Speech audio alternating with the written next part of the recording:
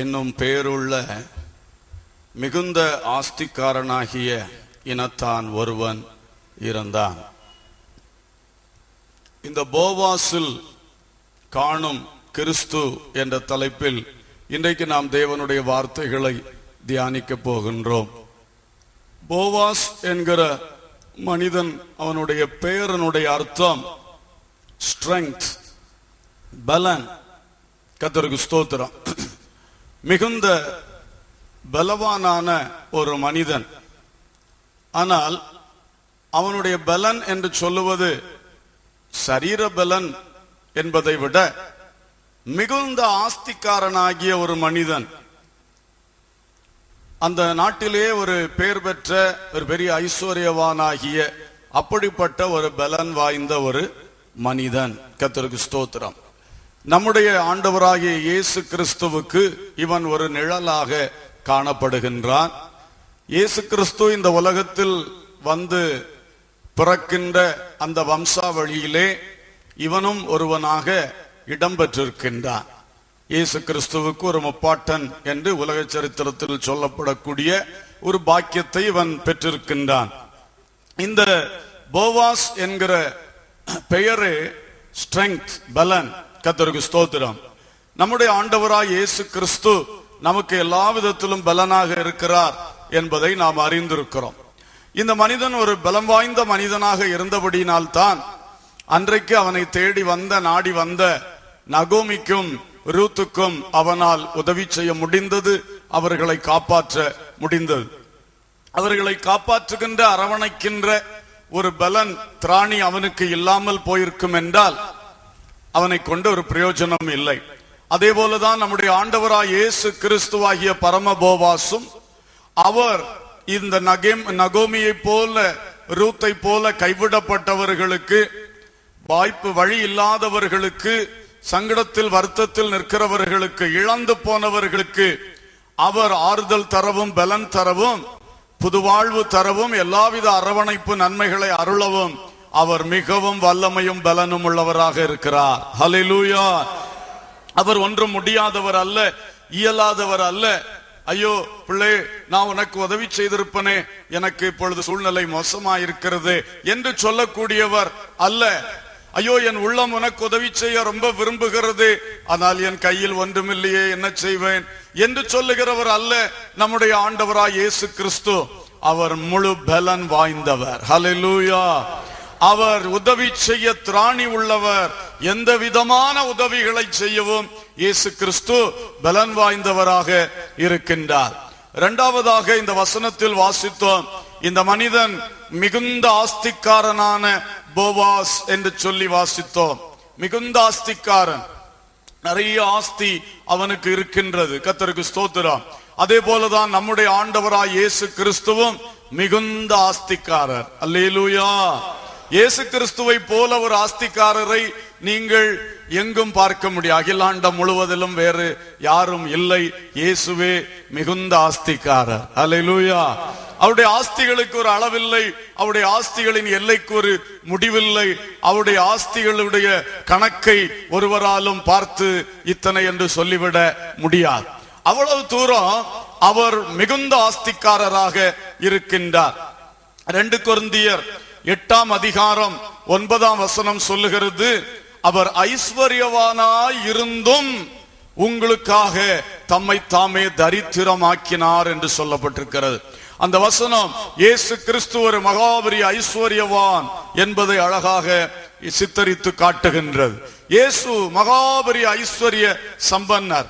அவருடைய ஐஸ்வர்யத்தின் பட்டியல்களையும் அவருடைய பதவியின் பட்டியல்களையும் பார்த்தால் நாம் ஆச்சரியப்பட்டு போவோம். வாசிக்கலாம். எபிரேயர் நிருபம் 1ஆம் அதிகாரம் 2-3 ஆகிய வசனங்கள். இந்த கடைசி நாட்களில் குமாரன் மூலமாய் நமக்கு திருவுளம் பற்றினார். இவரை சர்வத்துக்கும் சுதந்திரவாளியாக நியமித்தார். இயேசு என்ற தேவகுமாரன் சர்வத்துக்கும் சுதந்திரவாளியாய் நியமிக்கப்பட்டவர். இவரை கொண்டு உலகங்களையும் உண்டாக்கினார். இயேசுவை கொண்டு பிதாவானவர் உலகங்களை, அதாவது கோள்கள், கிரகங்கள், எல்லாம் நட்சத்திரங்கள் எல்லாவற்றையும் உண்டு பண்ணினார். அப்ப இவர் எவ்வளவு மிகுந்த ஆஸ்திக்காரர் என்பதை நீங்கள் கவனித்துக் கொள்ளுங்கள். இவர் அவருடைய மகிமையின் பிரகாசமும் அவருடைய தன்மையின் சொரூபமாய் இருந்து. பிதாவானவருடைய மகிமையின் பிரகாசம் இயேசு கிறிஸ்து. அவருடைய மகிமை என்னமோ அது இயேசுவில் வெளிப்படுகிறது. அவருடைய தன்மையின் சொரூபம், பிதாவானவர் எப்படிப்பட்டவரோ எத்தன்மை உடையவரோ அது எல்லா தன்மையும் அப்படியே இயேசுவுக்குள் அந்த பொக்கிஷங்கள் அப்படியே இருக்கின்றன.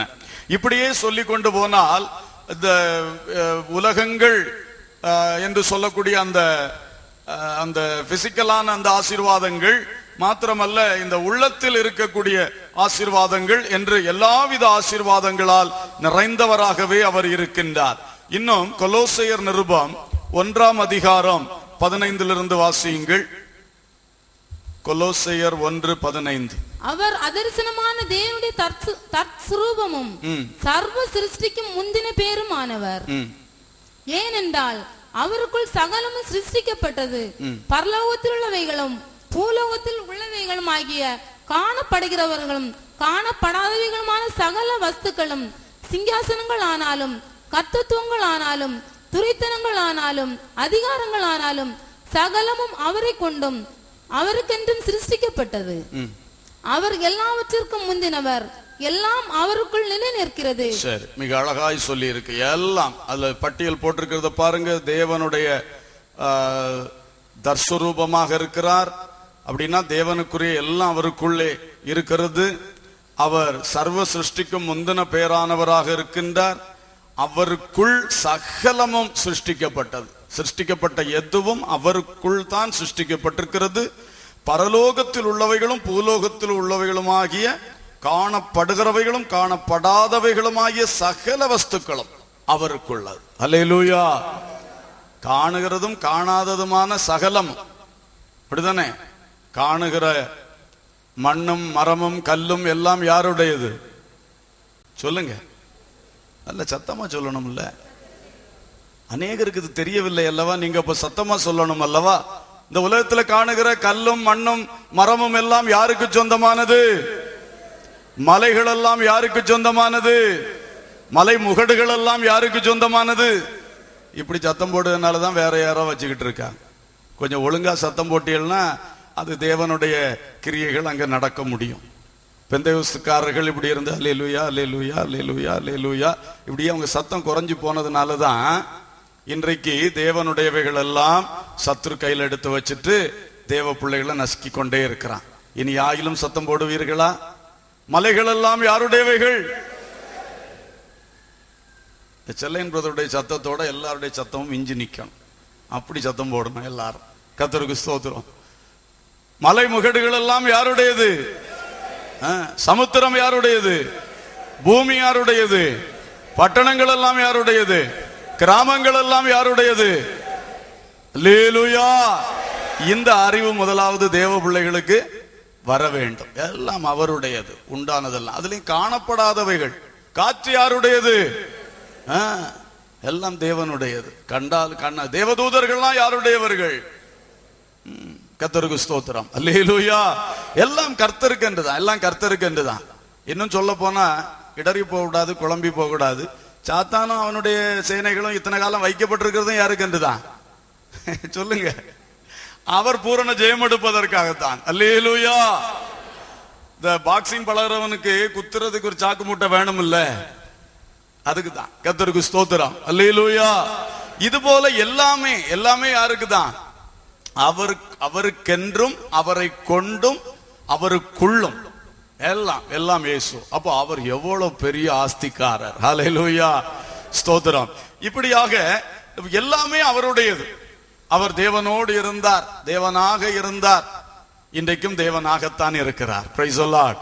எனவே நம்முடைய பரமபோவாஸ் ஆகிய இயேசு கிறிஸ்து எவ்விதத்திலும் குறைவுபடாத மிகுந்த ஆஸ்திக்காரராக, ஐஸ்வர்யவானாக, ஐஸ்வர்ய சம்பன்னராக இருக்கிறார்.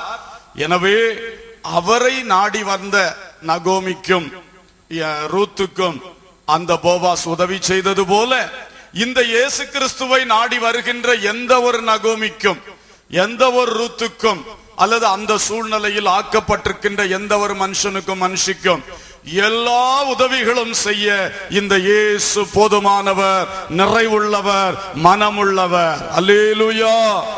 அல்லேலூயா. இன்றைக்கு பலவித குறைவுகளோடு நீங்கள் இங்கே வந்திருக்கலாம். நீங்கள் நகோமியை போல தோல்வியின் முகத்தில் வேதனையோடு வந்திருக்கலாம். இழப்பின் துக்கத்தோடு கூட நீங்கள் வந்து உட்கார்ந்திருக்கலாம். அல்லது மிகுந்த கேவலம், சங்கடம், நான் எல்லாரும் இங்கே இருந்த பொழுது நான் சில காலம் விலகி சென்று விட்டேனே, பெத்லகேமை விட்டு மோவாபுக்கு விலகி போயிட்டேன், இனி நான் திரும்ப இந்த இடத்திலே வந்திருக்கிறேன், எனக்கு ரொம்ப கேவலமா இருக்கிறது என்று சொல்லுகிற ஒரு ஈனப்படுகின்ற ஒரு சங்கடமான சிச்சுவேஷன்ல வந்திருக்கலாம். எந்த வேதனைகளாக இருந்தாலும் உங்களுக்கு உதவி செய்ய பரம போவாஸ் வல்லமை உள்ளவர். அல்லேலூயா. மிகுந்த ஆஸ்திகாரனாகிய போவாஸ் நம்முடைய ஆண்டவராகிய இயேசு கிறிஸ்து. எனவே ஆண்டவர் இயேசு கிறிஸ்துவை நம்பி வந்தவர்களுக்கு ஒரு நன்மையும் குறைவுபட்டதில்லை. ஹல்லேலூயா. கர்ச்சிக்கிற பராக்கிரமம் உள்ள சிங்கத்தினுடைய குட்டிகள் கூட பட்டினியாய் கிடக்குமாம், ஆனால் கர்த்தரை தேடுகிறவர்களுக்கோ ஒரு நன்மையும் குறைவுபடுவதில்லை. அல்லேலூயா, அல்லேலூயா. அவ்விதமாக ஆண்டவர் இயேசு கிறிஸ்துவை நாடி வருகின்ற எந்த ஒரு மனுஷன், எந்த ஒரு மனுஷி சில வேளை தவறு செய்திருக்கலாம். நீங்கள் தவறு செய்ததனால் இன்றைக்கு இவ்வளவு வேதனைக்குள், இழப்புக்குள், துக்கத்துக்குள், கஷ்டங்கள் ஆயிருக்கலாம். ஆனாலும் அந்த தவறுகளை நீங்கள் உணர்ந்து தேவனிடத்தில் வரும் பொழுது கண்டிப்பாக இந்த ஆஸ்திகாரனாகிய போவாஸ் இயேசு கிறிஸ்து உங்களை தள்ளிவிடவே மாட்டார். ஹல்லேலூயா. உங்களை ஆண்டவர் எந்த நிலையிலும் ஏற்றுக்கொண்டு, ஆனால் உங்கள் தவறுகளை அவர் திருத்தி உங்களை இன்னும் மேன்மையான ஒரு வாழ்வுக்கு, ஆசீர்வாத வாழ்வுக்கு உங்களை உயர்த்துவார். அல்லேலூயா. கர்த்தருக்கு ஸ்தோத்திரம். எனவே அவர் மிகுந்த ஒரு ஆஸ்திகாரன். மூன்றாவதாக இந்த போவாசை குறித்து நாம் பார்க்கும் பொழுது ரூத்தின் புஸ்தகம் 2ஆம் அதிகாரம் 4வது வசனத்தை வாசிக்கலாம். அப்பொழுது போவாஸ் பெத்லகேமிலிருந்து வந்து அரைக்கிறவர்களை பார்த்து, கர்த்தர் உங்களோட இருப்பாராக என்றான். அதற்கு அவர்கள், கர்த்தர் உம்மை ஆசீர்வதிப்பாராக என்றார்கள். போவாஸ் பெத்லகேமிலிருந்து வந்தான். அல்லேலூயா. இந்த போவாசுடைய ஊர் பெத்லகேம். அவன் வயல் நிலத்திற்கு பெத்லகேமிலிருந்து புறப்பட்டு வந்தான். அதே போல பரம போவாசாகிய கர்த்தராகிய இயேசு கிறிஸ்து பெத்லகேமில் பாலகனாக பிறந்து இந்த உலகத்திற்கு வந்தார். அவருடைய ஊழிய களமாகிய வயல் நிலமாகிய இந்த உலகத்திற்கு அவர் பெத்லகேமில் இருந்து புறப்பட்டு வந்தார். மத்தேயு சுவிசேஷம் 2ஆம் அதிகாரம் 6ஆம் வசனத்திலே தீர்க்கதரிசியின் மூலம் உரைக்கப்பட்டது அன்றைக்கு ஏரோதுக்கு முன்பாக எடுத்துரைக்கப்பட்டது. வாசியுங்கள். யூதேயா தேசத்தில் உள்ள பெத்லகேமே, யூதாவின் பிரபுக்களில் நீ சிறியதல்ல, என் ஜனமாகிய இஸ்ரவேலை ஆளும் பிரபு உன்னிடத்திலிருந்து புறப்படுவார் என்று தீர்க்கதரிசியினால் எழுதப்பட்டிருக்கிறது என்றார்கள். அதே போலத்தான் லூக்கா 2ஆம் அதிகாரம் 5 முதல் 7 வரை வாசிக்கும் பொழுது அங்கே குடிமதிப்பு எழுத வேண்டும் என்று யோசேப்பும் மரியாளும், கர்ப்பவதியாயிருந்த மரியாளும் சேர்ந்து பெத்லகேமுக்கு போனார்கள். பெத்லகேம் பட்டணத்தில் இருக்கும் பொழுது அவளுக்கு கர்ப்பவேதனை உண்டாயிற்று. அவள் பெத்லகேம் பட்டணத்திலே ஒரு பிள்ளையை பெற்றாள். அவர்தான் இயேசு கிறிஸ்து. ஹல்லேலூயா. எனவே இயேசு கிறிஸ்து அப்பத்தின் வீடு என்று பெயர் பெற்ற பெத்லகேமிலே பிறந்தவர். அதற்கும் இந்த போவாஸ் ஒரு நிழலாக இருக்கிறதை இந்த வசனம் சொல்லுகிறது. பெத்லகேம் ஊரான். பெத்லகேம் என்பது அப்பத்தின் வீடு. அந்த அப்பத்தை திரளாய் கொடுக்கக்கூடிய நல்ல வயல் நிலங்கள், தானியங்களை விளைவிக்கக்கூடிய வயல் நிலங்களை உடைய மனுஷனாக இந்த போவாஸ் விளங்கினான் என்று நாம் பார்க்கின்றோம். அதுபோல அன்பானவர்களே, பெத்லகேமில் இருந்து புறப்பட்டு வந்தவர். ஆனால் தீர்க்கதரிசியினால் எப்படி உரைக்கப்பட்டதோ அதே போல ஆச்சரியமாய் அந்நாளில் நடந்து இயேசுவும் பெத்லகேமிலே இந்த உலகத்தில் உதயமானார். ஹல்லேலூயா, ஹல்லேலூயா. கர்த்தருக்கு ஸ்தோத்திரம். அப்பத்தின் வீடு, அப்பத்தை மற்றவர்களுக்கு கொடுக்கின்ற ஒரு வீடு, அங்கிருந்து எழும்பி வருகிற ஒரு மனிதன் என்று சொல்லும் பொழுது மற்றவர்களை போஷிக்கிற ஒரு தன்மையை அது காட்டுகிறது. இதே போவாஸ் அந்த நகோமிக்கும் ரூத்துக்கும் செய்த நன்மைகளுக்கு ஒரு அளவில்லை. அந்த ரூத் ஒரு வேலைக்காரி என்று கூட சொல்ல முடியாது. ஒரு நம்ம பாஷையில சொன்னா ஒரு பிச்சைக்காரி என்று சொல்லலாம். அந்த கண்டிஷன்ல தான் போனா, அப்படித்தான் போனா.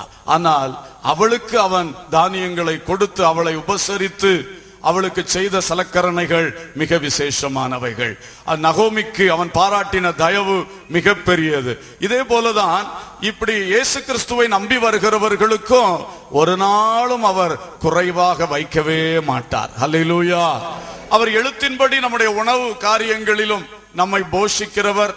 யாருக்காகிலும் அப்படிப்பட்ட உணவு தட்டுப்பாடுகள், பிரச்சனைகள், பணச்சிக்கல்கள் இருக்கிறது என்றால் இந்த மிகுந்த ஆஸ்திக்காரரும் பெத்லகேமிலிருந்து புறப்பட்டவருமான இயேசு கிறிஸ்து உங்களுக்கு உணவு தருகிறவர். ஹல்லேலூயா. கூப்பிடுகிற காக்கை குஞ்சுக்கும் அவர் ஆகாரம் கொடுக்கிறவர். நீங்கள் கூப்பிட்டால் அவர் உங்களுக்கு ஆகாரம் தராமல் கட்டாயம் இருக்க மாட்டார். ஹல்லேலூயா. நான் பலவேளை நினைத்திருக்கிறேன், இப்போல்லாம் இந்த பிரசங்கம் இந்த கன்னியாகுமரி மாவட்டத்தில் பண்ணுவதற்கு தேவையா என்று சொல்லித்தான் ரொம்ப சிம்பிளா விட்டுட்டு போயிடுவேன். இந்த உணவு சம்பந்தமான தேவைகளை கர்த்தர் சந்திப்பார் என்கிற பிரசங்கங்களை. நான் நினைக்கிறேன், கிராமங்கள், குக்கிராமங்கள், கஷ்டப்படுகிற மக்களுக்கு தான் இவைகள் எல்லாம் தேவை. மழை பெய்யாட்டா சில இடங்கள் அப்படியே போயிடும், அப்புறம் ஊரை விட்டே மக்கள் போய்விடுவார்கள். நம்முடைய தருமபுரி மாவட்டம் எல்லாம் மழை ஒரு வருஷம் 2 வருஷம் இல்லைன்னா ஆண் மக்கள் எல்லாம் அப்படியே பெங்களூருக்கு போயிடுவாங்க கூலி வேலை செய்து பிழைக்கிறதுக்காக.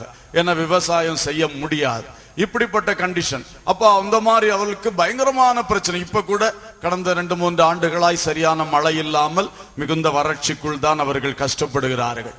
பார்க்கும்போது சர்ச்சிலே விசுவாசிகள் ஆண்கள் காண முடியாது. எல்லாம் கேட்டா பெங்களூர் போயிட்டா இந்த மாதிரி இருப்பார்கள். நான் அப்படித்தான் நினைத்திருந்தேன். ஆனால் சிலருடைய சம்பவங்களை நான் நேரடியாய் கேட்ட பொழுது, அறிந்த பொழுதுதான், அது குமரி மாவட்டமா இருந்தாலும் சரிதான், அதன் நடுவிலும் சிலர் இந்த வேதனைக்குள் இருக்கிறார்கள். அல்லேலூயா. குமரி மாவட்டம் ஒருவேளை மற்ற மாவட்டங்களை விட நம்முடைய அந்த பலகால கணிப்பிலே இது ஒரு ஆசீர்வதிக்கப்பட்ட மாவட்டம். இங்கே ஒரு சாப்பாட்டுக்கு ஒரு குறை வருமா என்று நாம் நினைத்தாலும், அதே போல அன்றைக்கு பெத்லகேம் என்கிறது அப்பத்தின் வீடு. அந்த பெத்லகேமுக்குள் வந்த ஒரு நகோமிக்கும் ஒரு ரூத்துக்கும் சாப்பிட ஆகாரம் கிடையாது. அதற்காகத்தான் அந்த ஃபாரினர், அந்த வெளிநாட்டுக்காரி, அவள் தெரியாத புரியாத இடத்துல போய் நான் வேலை செய்யறேன், எங்கேயாவது போய் ஏதாவது சம்பாதிச்சு சாப்பாடு கொண்டு வருகிறேன்னு சொல்லி மாமியாருக்கு சாப்பாடு கொடுக்கும்படி, தனக்கும் சாப்பாடு உண்டாகும்படித்தான் அந்த ரூத்து புறப்பட்டு வேலைக்கு சென்றாள். அல்லேலூயா. இது போன்ற பல கஷ்டங்களுக்குள் இருக்கலாம். எல்லாம் நல்லது போல ஓவரால் நல்லா இருக்கு, ஆனா அதுக்குள்ளேயும் கஷ்டப்படுகிறவர்கள் இருக்கலாம். சாப்பாட்டுக்கு வழி இல்லாதவர்கள், ஒழுங்கான ஒரு வஸ்திரம் உடுக்க வழி இல்லாதவர்கள், தங்கள் பிள்ளைக்கு நல்ல ஒரு வஸ்திரம் வாங்கி கொடுக்க முடியாதவர்கள், இப்படி எல்லாம் இருக்கக்கூடிய சூழ்நிலைகள் உங்களிலும் சிலருக்கு இருக்கலாம். ஆனால் பரம போவாசாகிய கர்த்தராகிய இயேசு கிறிஸ்து உங்களுக்கு நல்லவராகவே இருக்கிறார். ஹல்லேலூயா. உங்களை அறிந்திருக்கிறார். நீங்கள் அவரை நோக்கி பார்க்கும் பொழுது கட்டாயம் உங்களுக்கு அவர் உதவி செய்வார். ஆகாரம் இல்லையே என்று சோர்ந்து போகாதிருங்கள். Praise the Lord. ஆகாரம் இல்லைன்னா தேவ பிள்ளைகள் கடன் வாங்கவே போகக்கூடாது. அடுத்த வீட்டில் போய் கொஞ்சம் அரிசி கடன் தருவீர்களா, கொஞ்சம் அப்படி இப்படி ஏதாவது கேட்க போகண்டாம். நீங்க தேவ பிள்ளைகள், உங்களுக்கு தெரியும் நம்மை போஷிக்கிறது கர்த்தருடைய கடமை. ஆமென். அது கர்த்தருடைய கடமை. It is his duty. நாம் அவரை தேவன் என்று ஆராதிக்கிறோம். அந்த தெய்வத்துக்கு நம்மை போஷிக்கிற ஒரு கடமை கட்டாயம் உண்டு. ஆனபடினால பிள்ளைகளும் பெற்றோருமா நேரம் முழங்கால நின்ற வேண்டியதான். அன்றைக்கு அற்புதம் செய்வார். ஹல்லேலூயா. அன்றைக்கு அவர் அற்புதம் செய்யும் பொழுது தொடர்ந்து உங்களுக்கு பஞ்சமே இல்லாமல் நடத்துவார். ஆமென். அந்த ஒரு அற்புதத்தை உங்கள் வாழ்விலே விளங்க பண்ணுவதற்காகத்தான், ஒருவேளை வெளியில் உள்ள எல்லாருடைய பார்வையிலே நீங்கள் நல்ல வாய்ப்புள்ளவர்கள் போல தெரியும் பொழுதே, அந்தரங்கத்துக்குள்ளே, உங்களுக்குள்ளே, உங்க குடும்பத்துக்குள்ளே சிறுமைகளையும் வெறுமைகளையும் நீங்கள் அனுபவித்துக் கொண்டிருக்கலாம். இதில் தேவனுக்கு ஒரு நோக்கம் உண்டு. ஏன், நம்முடைய தேவனை பற்றி நமக்கு நன்றாக தெரியுமே. அவருக்கு இல்லையா நமக்கு சாப்பாடு கொடுக்க அவருக்கு முடியாதா? நிச்சயமா அவருக்கு இருக்கு, அவருக்கு செய்ய முடியும். அப்படி இருக்கும் பொழுது நம்மில் சிலர் அந்த கஷ்டத்தை படுகிறோம் என்றால் ஒரே ஒரு காரணம் தான் உண்டு. அந்த கர்த்தர் இந்த விஷயத்தில் ஒரு அற்புதத்தை விளங்க பண்ணும்படி விரும்புகிறார். அல்லேலூயா. மற்றபடி தேவனால் எல்லாம் கூடும், தேவனால் எல்லாம் கூடும். ஆனபடினாலே இந்த நிலைமை வரும் பொழுது கடன் வாங்க போகாம, கடன் வாங்கினா அப்படி உருண்டு போயிட்டே இருக்கும். இந்த நிலைமையிலிருந்து ஒரு விடுதலை வரவே வராது. திரும்ப திரும்ப சிக்கலுக்குள்ளே மாட்டிக்கொண்டிருப்பீர்கள். கேவலமா இருக்கும், கஷ்டமா இருக்கும். ஒரு நாள் தீர்மானித்து விடுங்கள், நாம் ஜெபம் பண்ணுவோம் சேர்ந்து. நாம் கர்த்தருடைய பிள்ளைகள், நமக்கு ஆகாரம் தருவது கர்த்தருடைய கடமை. ஜெபம் பண்ண, ஒரு நாள் துணிந்து நின்று ஜெபம் பண்ணுங்க பார்க்கலாம். கர்த்தர் அன்றைக்கு இந்த கஷ்டத்தை மாற்றுவார். ஹல்லேலூயா, ஹல்லேலூயா. நிச்சயம் மாற்றுவார். நம்முடைய பரம போவாஸ் பெத்லகேமிலிருந்து புறப்பட்டு வந்தவர், அவரிடத்தில் அப்பத்துக்கு எந்த தாழ்ச்சியும் இல்லை. அது மட்டுமல்ல, இந்த உலக சரீரப்பிரகாரமான அப்பத்தோடு கூட அவருடைய வார்த்தைகளாகிய அப்பம் நமக்கு மிக அதிகம் தேவை. மத்தேயு 4:4 கூறியிருக்கிறபடி கர்த்தருடைய வாயிலிருந்து புறப்படுகிற ஒவ்வொரு வார்த்தைகளாலும் மனுஷன் பிழைப்பான் என்று சொல்லியிருக்கிறார். எனவே மனுஷர்களாகிய நாம் தேவனுடைய வார்த்தைகளை அதிகமாய் பெற்றுக்கொள்ள வேண்டும். இந்த வார்த்தைகளாகிய அப்பத்தையும் இந்த பெத்லகேம் ஊரிலிருந்து புறப்பட்டு வந்த பரம போவாஸ் ஆகிய கர்த்தர் இயேசு நமக்கு தருகிறார். அல்லேலூயா, ஹல்லேலூயா. அந்த வார்த்தைகளுக்காக நம்முடைய உள்ளங்களில் விதை தானியங்களை அவர் போடுகிறார். விசுவாசிகள் கவனிக்க வேண்டும். தேவனுடைய வார்த்தை, தேவனுடைய போதனை, தேவனுடைய உபதேசங்கள் மனுக்குலத்திற்கு செல்லும்படி தாம் தெரிந்து கொண்ட பிள்ளைகள் மூலம், அபிஷேகம் பெற்ற பிள்ளைகள் மூலம் குறிப்பாக அவர் தமது வார்த்தையாகிய விதைகளை போட்டு அதை இந்த வயல் நிலங்களில் ஏராளமாக விளையச் செய்து அது மற்றவர்களை போஷிக்கின்ற அப்பங்களாக வெளிப்படுகின்றது, வெளிவருகின்றது. ஹல்லேலூயா. எனவே ஒரு போதகர் மட்டும் போதிக்கிறார், அவர்தான் போதிக்கிறதுக்கு உள்ளவர் என்று நாம் நினைவு கொள்ளாதபடிக்கு நாம் ஒவ்வொருவரும் நம்முடைய பிள்ளைகளுக்கு போதிக்கிற போதகர்கள், நமக்கு கீழே வேலை பார்க்கிறவர்களுக்கு போதிக்கிற போதகர்கள், நம் எல்லாருடைய அந்த சின்ன சின்ன போதனைகள் மூலமாகவும் கர்த்தருடைய வார்த்தையாகிய அப்பங்கள் ஜனங்களுக்கு சென்றடைய முடியும். ஹல்லேலூயா. இதற்காகத்தான் அவர் வானத்து மன்னாவாகிய தானியத்தை நமது உள்ளங்களாகிய வயல் நிலங்களிலே விதையச் செய்து அங்கிருந்து அதை முளைப்பித்து